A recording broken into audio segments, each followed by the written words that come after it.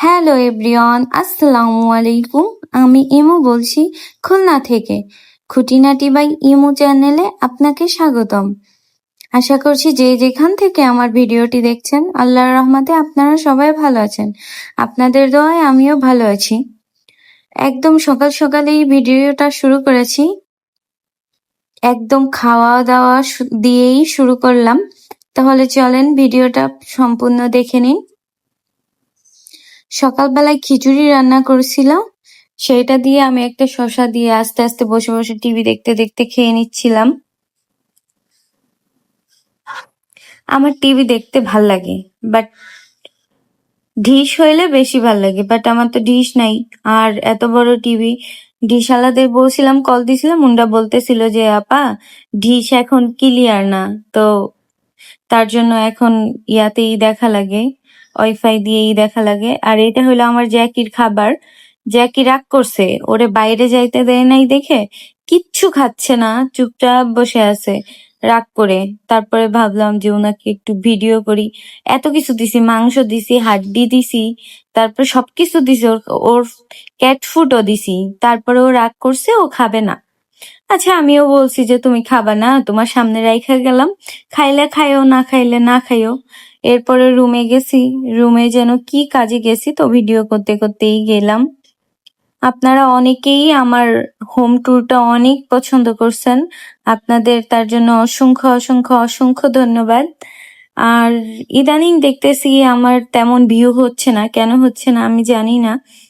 আর যারা দেখেন তারা তো আমার রেগুলার, মানে কি বলবো, আমার family member, regular family member. আমি জানলা দিয়ে দেখতেছিলাম যে ওরা র্যাকেট খেলতেছে, এখনো ঠান্ডাই আসা পারে নাই, বাচ্চা কাচ্চার ঠান্ডা পড়ে গেছে। মানে ঠান্ডার সময় যে খেলাটা, শীতের সময় যে খেলাটা, সেটা এখন থেকেই শুরু করে দিছে। আমার মন চাইলো একটু খেলতে। আমার র্যাকেট আছে, আগের বছর আমি র্যাকেট কিনছি, আগে কিছুদিন খেলছিও, বাট এখন খেলা হয় না। এরপরে গেছিলাম একটু বাজারে, তো যাইতে আমার কলেজ বাদে, এই যে খলিলুর রহমান ডিগ্রি কলেজ, এটা হলো আমার কলেজ।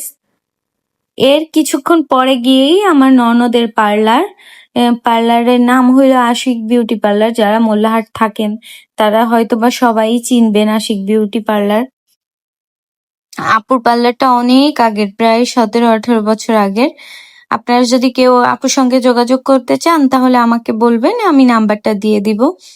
তো কি মনে হয়েছে, একদম সকাল সকালে গেছি, তো ভিডিও করতে করতে গেছিলাম আমার ভাগ্নি অসুস্থ, ওকে দেখতে যাব, তাই একটু ফল কেনাকাটা করতে।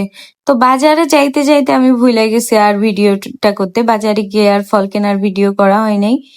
এরপরে আমাকে একটু দেখাই নিলাম। এরপরে গিয়েই আমাদের দোকান, আমি দেখি যে দোকান ভাইয়া খুলে, বড় ভাইয়া আছে, আব্বু ছিল না দোকানে, বড় ভাইয়া আছে। এই যে এইটা হইলো আমাদের দোকান, মোল্লা, ওই যে ওই যে কাজঘর, মোল্লা কাজঘর। মোল্লাহাট বাজারে গিয়ে যে কাউকে জিজ্ঞেস করলেই দেখাই দেবে যে মোল্লা কাজঘর। আর সারা মোল্লাহাটে আমাদেরই একটা কাচের দোকান, বোর্ড, তারপরে যাবতীয় সবকিছু পাওয়া যায়, বোর্ড, কাজ, মানে আপনি ইসের ওইটাকে কি বলে, সবকিছুই পাবেন। আর এইটা হইলো আমাদের মুক্তিযোদ্ধা অফিস, এখানে ছিল আগে, এখন সরে বাজারের ভিতরে চলে গেছে। এই যে ডাচ বাংলা ব্যাংক, মানে আমাদের মোল্লাহাট আল্লাহর রহমতে সবকিছুই আছে, সবকিছু আছে। এটা হলো উপজেলার সামনে, সামনে দিয়ে। এরপরে আর বাজারে গিয়ে কোনো ভিডিও করা হয়নি, এইটুকুই করা হয়েছিল। আমাদের উপজেলার ভিতরেও অনেক সুন্দর করছে, এটা হলো মোল্লাহাট উপজেলা। দূর থেকে আমার ভিডিও যারা দেখছেন আমাকে কমেন্ট করে জানাবেন যে মোল্লাহাট আপনাদের কোনো আত্মীয় বা কেউ আছে কিনা। আর মোল্লাহাটের যারা আমার ভিডিও দেখতেছেন অবশ্যই অবশ্যই করে একটা কমেন্ট করবেন, হয়তোবা আমি আপনাদের চিনবো। এরপরে এটা হলো বাড়িতে যাওয়ার সময়, এই সাইডে আবার আমার মামা শ্বশুরের দোকান। মোটামুটি এইখানে মোল্লাহাটেই 4-5টা দোকান আছে আমাদের নিজেদের। এটা আমার মামা শ্বশুরের দোকান, আলিম। মামার দোকানের নাম হইলো আলিম স্টোর। মামার ওইখানে কাঠ থেকে শুরু করে কাঠের যাবতীয় ফার্নিচার, তারপরে রড, সিমেন্ট, বালু, ইট, আপনি সবকিছু পাবেন। এই যে ওর জন্য ফল টল কিনে নিয়ে যাচ্ছিলাম, আর এদিক দিয়ে মার জন্য কতগুলো আখ কিনে নিয়ে যাচ্ছিলাম। আমার বাসার পাশেই আমার ভাগ্নি অনেক অসুস্থ ছিল, সবাই ওর জন্য দোয়া করবেন। ভাগ্নি ইভেন ও আমার বান্ধবীও।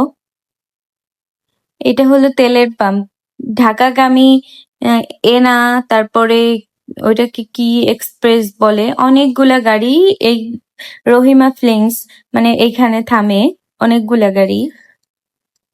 আর সামনে আরেকটা তেলের পাম্প আছে, ওইটা হলো সাগর। ওইটা আমার চাচা শ্বশুর হয়, চাচা শ্বশুরের। আর ওইটা যেটা দেখাইলাম ওইটা হইলো আমার ভাই হয়।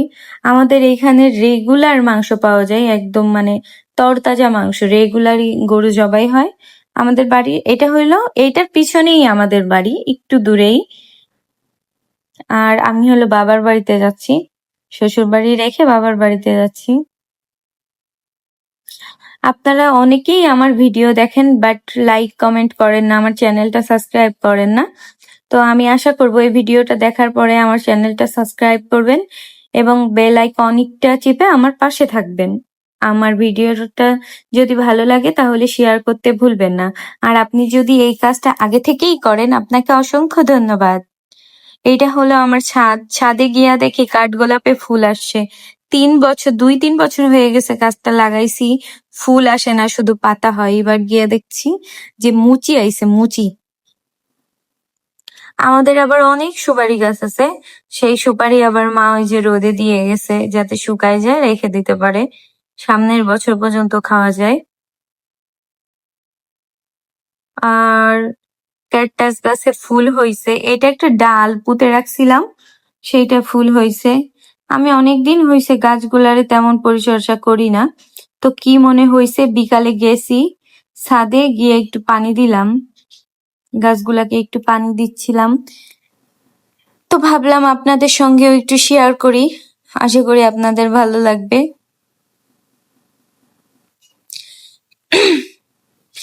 আমার কথায় বা কোনো কোনো কিছুতে যদি কোনো খারাপ বা আপনাদের খারাপ লাগে বা কোনো ভুল ত্রুটি যদি আপনাদের চোখে পড়ে, তাহলে আমাকে জানাতে ভুলবেন না, আমি চেষ্টা করব সমাধান করার জন্য। ওইটা আর আমি নেক্সট করব না।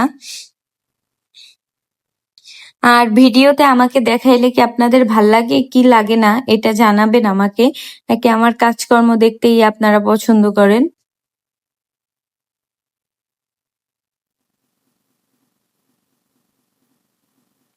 আমার গাছগুলো এখন শীত আসছে যে গাছগুলা সব ভালো হয়ে যাবে আশা করি। গাছের গোড়ায় পানি দিতে হবে রেগুলার, মাটিও দিতে হবে।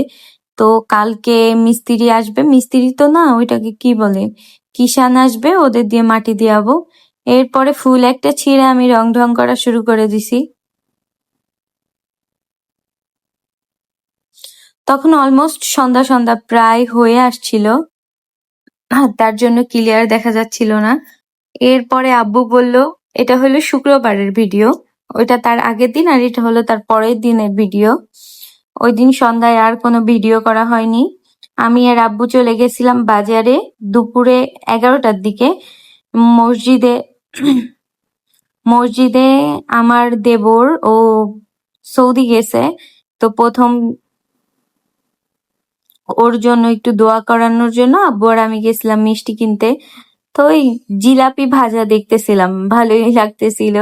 আঙ্কেলদের সঙ্গে কথা বলতেছিলাম আর ভাজা দেখতেছিলাম, আমাদের মিষ্টি মাপতেছিল। তো সবাই আমার দেবরের জন্য দোয়া করতে ভুলবেন না, ও যেন আল্লাহর রহমতে ভালো থাকে, সুস্থ থাকে। একটা ফ্যামিলিতে আমরা কত মানুষ, বাট ও বাসায় থাকে না, আমার হাজবেন্ড বাসায় থাকে না, আরিফও বাসায় থাকে না, আশিকও বাসায় থাকে না, ওরা দুইজনই বাহিরে থাকে। আমরা তো সবাই একসঙ্গে থাকি।